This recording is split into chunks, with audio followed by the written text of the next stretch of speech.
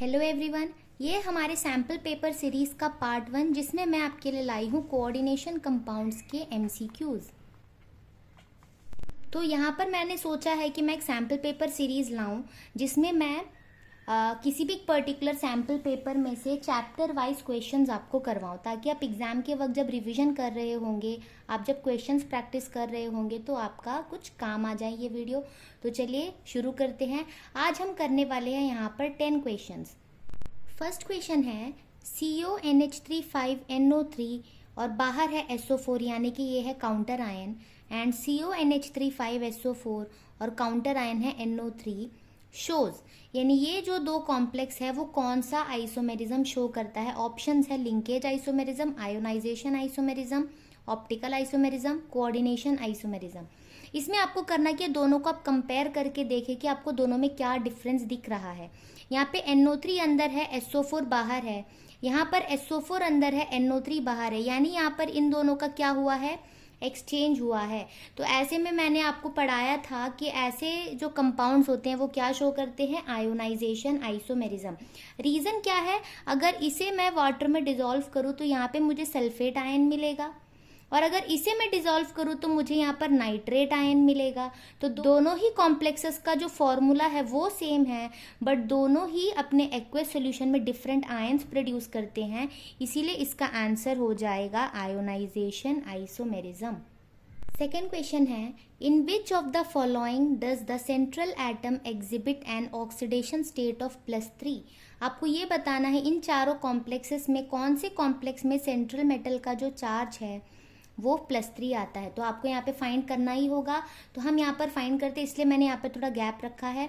जैसे हम देख सकते हैं 2 पोटेशियम, एक पोटेशियम का +1 होता है, तो 2 पोटेशियम के लिए हम लिखेंगे 2 × +1। फिर उसके बाद है निकल, निकल का हमें निकालना है तो हम उसे X मानेंगे। 4 साइनाइड है और एक साइनाइड का -1 होता है, और यहाँ पर हम लिखेंगे, क्योंकि यहाँ पे काउंटर आयन के साथ दिया हुआ है तो कोई चार्ज यहाँ पर नहीं है, तो हम ओवरऑल चार्ज 0 लेंगे। या फिर ना बहुत लोग ऐसे भी करते हैं, जैसे पोटेशियम तो काउंटर आयन हुआ, इसे लेंगे ही नहीं, इसे रिमूव करके बाकी जितना है X + 4 × -1 ले लेंगे।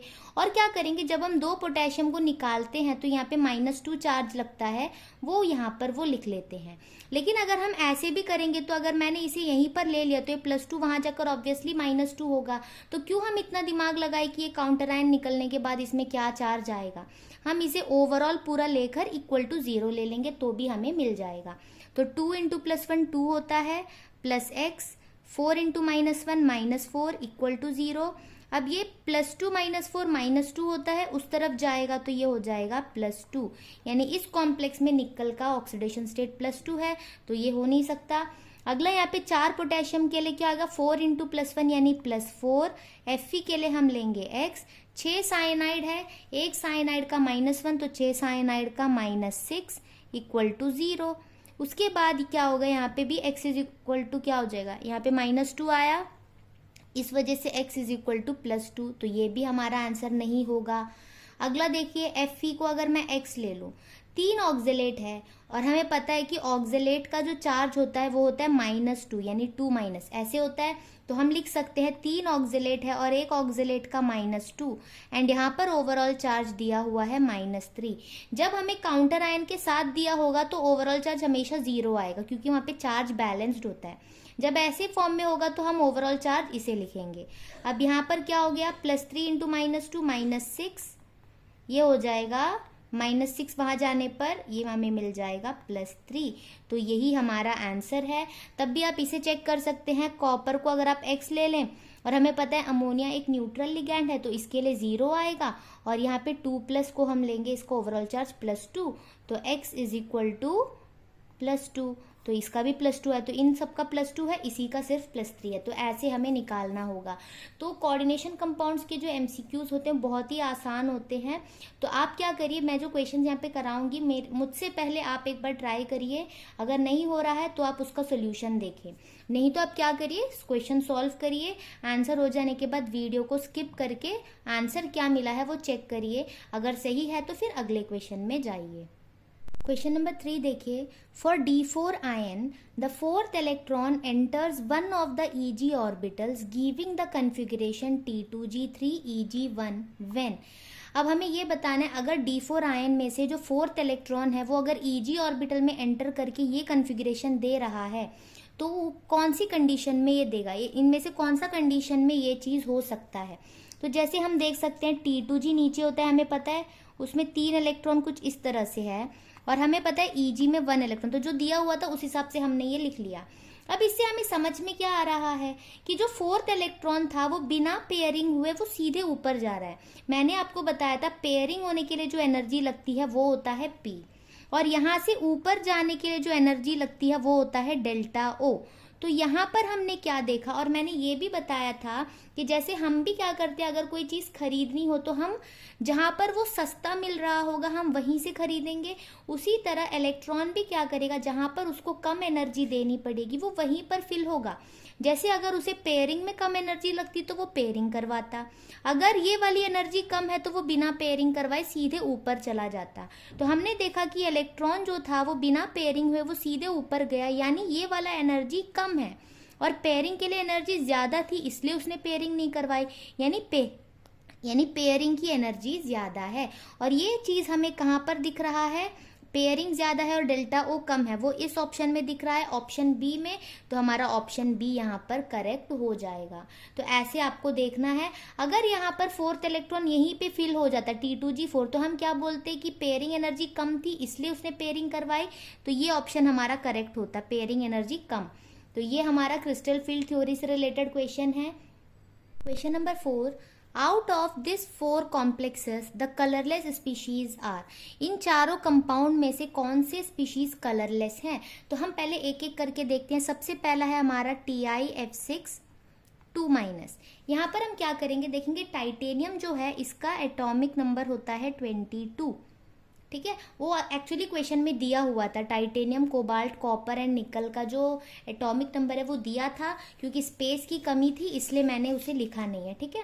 अब 22 के लिए मैंने आपको बताया था 3D4S है, तो इसमें 2 इलेक्ट्रॉन, इसमें 2 इलेक्ट्रॉन आएंगे, 22 हो गया। अब हमें क्या देखना है, इसमें टाइटेनियम की ऑक्सीडेशन स्टेट क्या है। जैसे टाइटेनियम को अगर मैं X ले लूँ, 6 फ्लोरीन के लिए -6 होगा, क्योंकि एक फ्लोरीन का -1 होता है ना, और ओवरऑल चार्ज -2 है, तो यहाँ पर X = +4 आएगा, यानी कि टाइटेनियम जो है वो +4 स्टेट में है, यानी इसमें से 4 इलेक्ट्रॉन हमें रिमूव करने हैं। तो 4 इलेक्ट्रॉन रिमूव करना है, यानी कि ये 2 इलेक्ट्रॉन चारों निकल जाएंगे, यानी 3D0 4S0। और यहाँ पर हम क्या देख सकते हैं, D0 हो गया।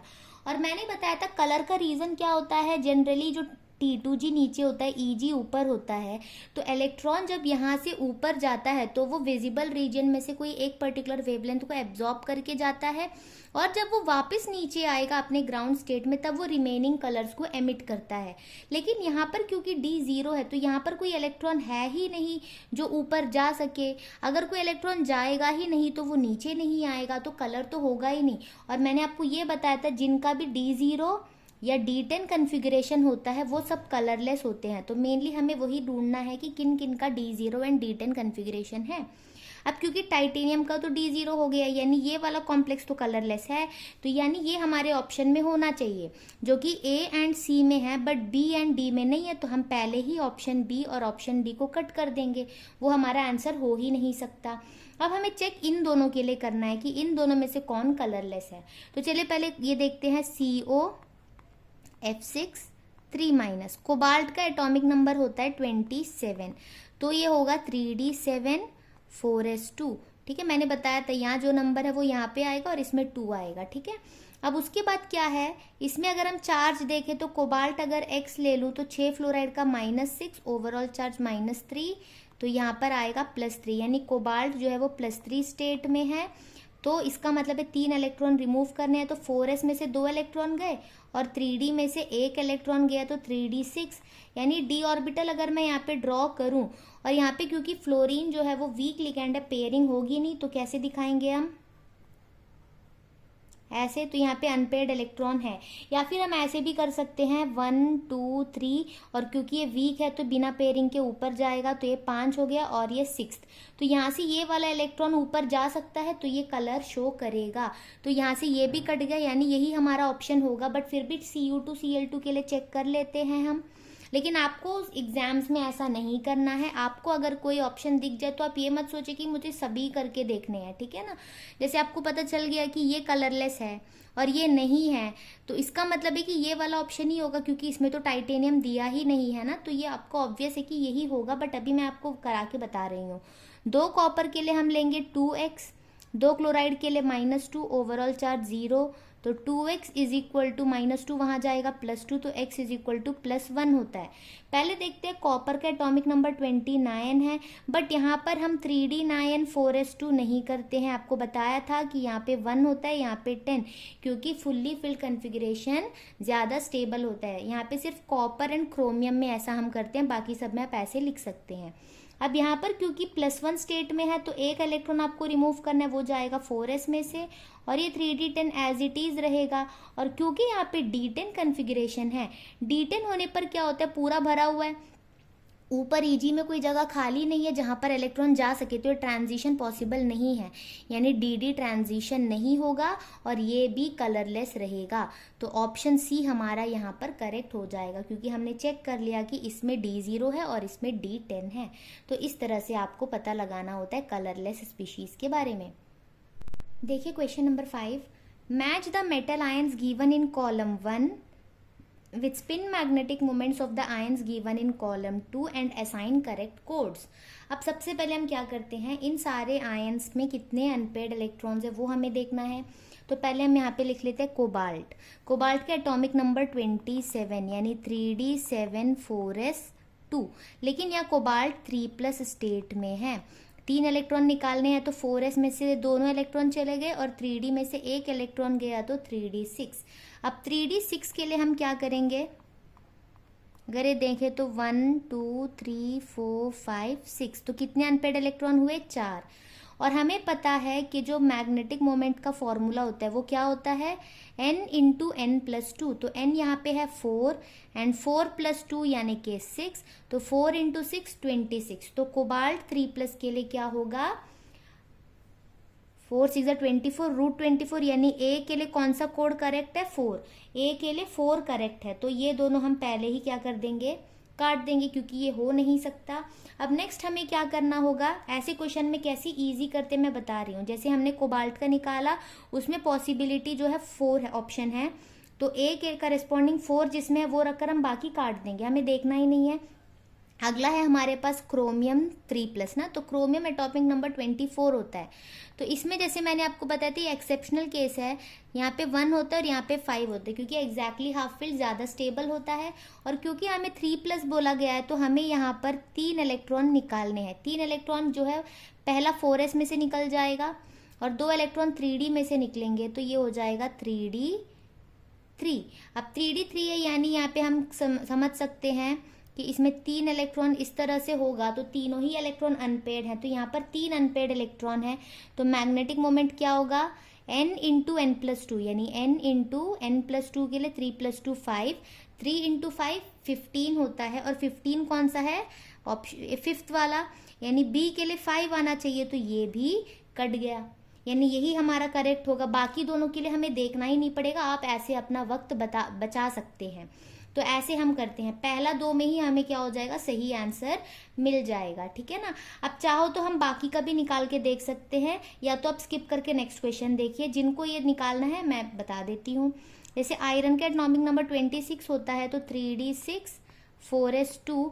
अब क्योंकि Fe3+ है, यानी 3 इलेक्ट्रॉन हम निकालेंगे, 2 इलेक्ट्रॉन निकलेगा 4s में से और 1 इलेक्ट्रॉन निकलेगा d में से, तो 3d5 हो गया। यानी क्लियर है कि जो 5 d ऑर्बिटल्स है उसमें 5 अनपेड इलेक्ट्रॉन्स होंगे, और 5 अनपेड इलेक्ट्रॉन्स के लिए 5 इंटू 5+2 7, 5 इंटू 7 35, और 35 ऑप्शन 2 में है। और देखिए जो हमने करेक्ट रखे उसमें सी के लिए 2 आ रहा है। अब डी के लिए देखते हैं, निक्कल जो होता है 28, यानी 3d8 4s2, और यहाँ पे निक्कल +2 स्टेट में है, तो ये हो जाएगा 3d8। अब 8 के लिए हम क्या करेंगे, यहाँ पर 8 इलेक्ट्रॉन दिखाएंगे, 5 6 7 8, कितने अनपेड इलेक्ट्रॉन है, 2, तो यहाँ पे होगा 2 इंटू 2+2 4, तो 2 इंटू 4 8, तो डी के लिए 1 है और हमारे करेक्ट ऑप्शन में वही है, तो यही हमारा ऑप्शन होगा। Question number 6, a complex compound in which the oxidation number of metal is 0 is. इन चारों में से आपको बताना है कि किसमें मेटल का ऑक्सीडेशन स्टेट 0 है। अगर आपने वो मेटल कार्बोनिल वाला वीडियो देखा होगा तो उसमें मैंने ये बताया था कि जो मेटल कार्बोनिल्स होते हैं उसमें मेटल का जो ऑक्सीडेशन स्टेट होता है वो हमेशा 0 होता है। तो आपको बिना कैलकुलेट करे ही इसमें टिक लगा देना होता है। लेकिन अगर आपको नहीं पता है या फिर ऐसा कॉम्प्लेक्स नहीं दिया है, सबके सब मेटल कार्बोनिल के अलावा कुछ और कॉम्प्लेक्स है, तब आप क्या करोगे?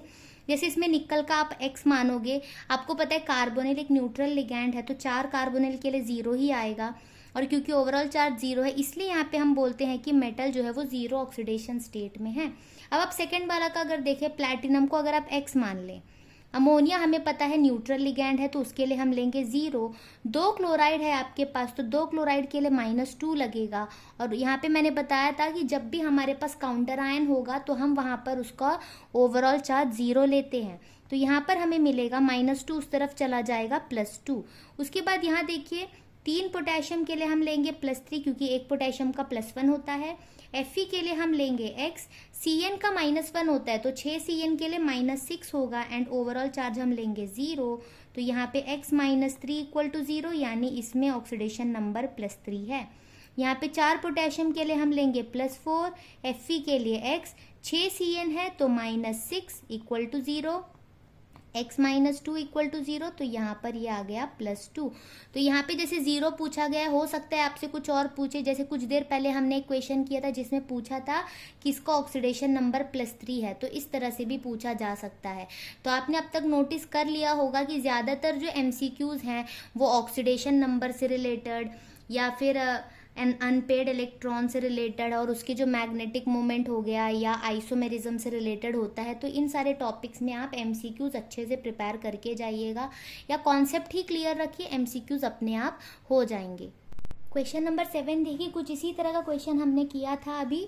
Match the magnetic moment with ions of 3D series. यहाँ पे आयंस दिए हैं और यहाँ पर उनका मैग्नेटिक मोमेंट दिया है।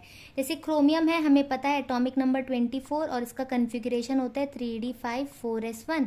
पूछा गया है Cr3+, तो 3 इलेक्ट्रॉन हम निकालेंगे।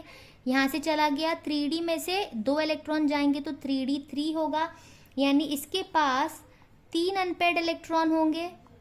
3 अनपेड इलेक्ट्रॉन के लिए जो मैग्नेटिक मोमेंट होता है वो 3 पॉइंट में ही होता है। ये मैंने आपको मैग्नेटिक बिहेवियर वाले वीडियो में बताया था। तो 1 के लिए क्या आएगा? Q। अब 1 के लिए Q तो सिर्फ एक ही ऑप्शन में हमें दिख रहा है, तो यहीं से हम क्या करेंगे, इसे टिक लगा लेंगे, ठीक है। लेकिन अगर आपको चेक करना है तो आप आगे का भी करके देख सकते हैं। जैसे मैंगनीज एटॉमिक नंबर 25 है तो ये होता है 3d5 4s2। अब यहाँ पे 2+ बोला गया है तो यहाँ से 2 इलेक्ट्रॉन निकल गए, बचा 3d5, यानी कि D में 5 इलेक्ट्रॉन है, यानी कि 5 अनपेड है। तो 5 के लिए जो आंसर होगा वो 5 पॉइंट में आएगा, तो Mn के लिए ये P होगा। तो जो हमने टिक लगाया देखिए 2 के लिए P है। Fe2+ की बात की गई है। अब Fe का एटॉमिक नंबर 26 होता है तो ये हो जाएगा 3d6 4s2 और Fe2+ के लिए ये हो जाएगा 4s में से 2 इलेक्ट्रॉन निकल जाएंगे, 3d का 6 इलेक्ट्रॉन रह जाएगा। अब 6 इलेक्ट्रॉन हम कैसे दिखाएंगे, 1 2 3 4 5 6, तो ये बाकी के 4 जो है वो अनपेड है। 4 अनपेड के लिए 4 पॉइंट में आएगा, तो थर्ड के लिए R, तो यही हमारा करेक्ट ऑप्शन होगा। तो ऐसे जो केसेस होते हैं ना कोड्स मैच करने वाले, तो उसे आप क्या करिए, पहला 2 ही आप देखेंगे ना, उसी में आपको मिल जाएगा। इसमें तो पहले वाले में ही मिल गया, तो ऐसे आप इसे और इजीली कर सकते हैं बिना सबके सब आप कैलकुलेट करें। देखिए question number 8, the number of ions produced from this in solution is. इसका अगर हम सोल्यूशन बनाए तो हमें कितने आयंस मिलेंगे ये हमें यहाँ पर बताना है। तो जैसे कि हमने पढ़ा है, जैसे ये हो गया CO NH3 6 Cl3, जो ये स्क्वायर ब्रैकेट में होता है, हमने क्या पढ़ा है कि ये तो अनआयोनाइजेबल है या नॉन आयोनाइजेबल है, तो ये एज इट इज रहेगा, ये एक अकेला आयन होगा। और यहाँ पर हमारे पास 3 क्लोराइड है ना, तो 3 क्लोराइड आयन हमें मिलेंगे और एक ये आयन हमें मिलेगा। यानी कि जो स्क्वायर ब्रैकेट में होता है वो एक अकेला आयन होगा। अगर यहाँ पर आपको दिया होता है जैसे स्क्वायर ब्रैकेट के बाहर 2, यानी कि ये वाला जो कॉम्प्लेक्स है इसके 2 आयन्स आपको मिलते, पर यहाँ पे कुछ है नहीं, ये एक ही है तो यहाँ पे एक ए आयन आएगा। लेकिन इस आयन में हमारा चार्ज क्या होगा, जैसे 3 क्लोराइड जब निकल जाएंगे तो -3 निकल जाने पर इस पर चार्ज आता है +3। तो हमारा पास ये एक आयन है और ये वाले 3 आयन है, तो 1 + 3 मिलाकर कितने हो गए, टोटल यहाँ पर मिलेंगे 4 आयन्स। तो ऐसे आपको कैलकुलेट करना होता है कि कितने काउंटर आयन है आपके पास, उतने आयन्स तो होंगे, और कितना ये कॉम्प्लेक्स है उतना आयन होगा, और दोनों को हम मिलाकर बताएंगे कि टोटल कितने आयन्स प्रोड्यूस हुए हैं। और इसमें चार्ज हम कैसे निकालेंगे, जो हमारा काउंटर आयन है -3, तो यहाँ पर उसका अपोजिट +3 आएगा। देखिए question number 9, the oxidation state of Fe in this complex is. इस कॉम्प्लेक्स में Fe का ऑक्सीडेशन स्टेट पूछा है, तो Fe के लिए हम x ले लेते हैं। 5 वाटर है और वाटर तो न्यूट्रल है, तो 1 हो या 5 हो 0 ही होगा। यहाँ पे नाइट्रेट दिया हुआ है, नाइट्रेट का हमें पता है -1 होता है, और सल्फेट जो काउंटर आयन है, सल्फेट का हम सबको पता है SO4 2- होता है ना, तो इसका -2, और ओवरऑल हम ले लेंगे 0, तो x - 3 = 0, तो x = क्या हो जाएगा, +3। तो यहाँ पर इसका ऑक्सीडेशन स्टेट है +3। देखिए question number 10, when 1 mole of COCl3.5NH3 was treated with excess of AgNO3। इसमें जब हमने excess of AgNO3 डाला तो इसमें से ना 2 moles of AgCl प्रेसिपिटेट हुए। ये वाला जो क्वेश्चन है ये वर्नर थ्योरी से आता है, और वर्नर थ्योरी मैंने ऑलरेडी पढ़ा रखा है। उसमें मैंने आपको ये बताया था कि जो Ag होता है ना, वो इस पूरे कंपाउंड में से Cl को लेकर AgCl बन जाता है। ये Ag+ है, तो वो क्या करेगा, इसमें से जितने भी Cl- उसे मिलेंगे, क्योंकि ये एक्सेस पे है तो ये बहुत सारे हैं, तो जितना भी Cl उसे इसमें से मिलेगा उतना Cl वो लेकर AgCl बना लेगा। और मैंने ये बताया था कि जितना मोल्स AgCl प्रेसिपिटेट होता है उतना Cl बाहर होना चाहिए। जैसे इसमें देखिए एक ही Cl बाहर है, तो अगर मैं इसमें AgNO3 डालूंगी तो एक ही Cl Ag से कंबाइन कर पाएगा और एक ही AgCl बन पाएगा। पर इसमें हमारे पास 2 Cl है बाहर, यहाँ पर अगर मैं AgNO3 डालूंगी तो Ag क्या करेगा, Cl को लेगा, कितने Cl को, 2 Cl को लेकर वो 2 AgCl बनाएगा। और इसमें भी एक ही Cl है और यहाँ पे तो बाहर कोई Cl है ही नहीं, तो जाहिर सी बात है यही होगा इसका फॉर्मूला, क्योंकि यहाँ पे बाहर 2 Cl है और वो दोनों Cl AgNO3 से कंबाइन करके 2 AgCl बना रहे हैं। तो ऐसे क्वेश्चन में आपको बस ये देखना है कि कितने मोल्स AgCl प्रेसिपिटेट हो रहे हैं, उतने Cl स्क्वायर ब्रैकेट के बाहर होना चाहिए, क्योंकि जो स्क्वायर ब्रैकेट के अंदर होते हैं वो तो अनआयोनाइजेबल होते हैं, ये कभी भी रिएक्ट नहीं करेगा। रिएक्शन में हमेशा वही इन्वॉल्व होते हैं जो स्क्वायर ब्रैकेट के बाहर होते हैं। तो ये था हमारा आज का 10 क्वेश्चन।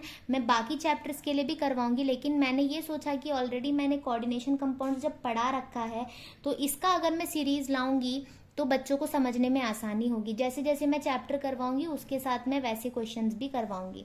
अगर मैं चैप्टर नहीं करवा पाई तो मैं क्या करूंगी, जो क्वेश्चंस है उसके साथ ही उस टॉपिक को समझा दूंगी, ताकि आपको क्वेश्चंस ईजिली समझ में आ जाए। अगर आपको ये सीरीज़ अच्छी लगे तो मुझे कमेंट में ज़रूर बताना, ताकि मैं मोटिवेट होकर और भी इसका सीरीज़ ला पाऊँ। अगर कमेंट नहीं भी आए तो भी तो मैं बनाऊंगी, कभी ना कभी तो रिस्पॉन्स आएगा। लेकिन अगर आपको अच्छी लगे तो जेन्युइनली आप उसमें कमेंट ज़रूर करिए, तो उससे मुझे और मोटिवेशन मिलेगी, ताकि मैं और अच्छे अच्छे वीडियोज़ आपके लिए लेकर आऊँ। Thanks for watching.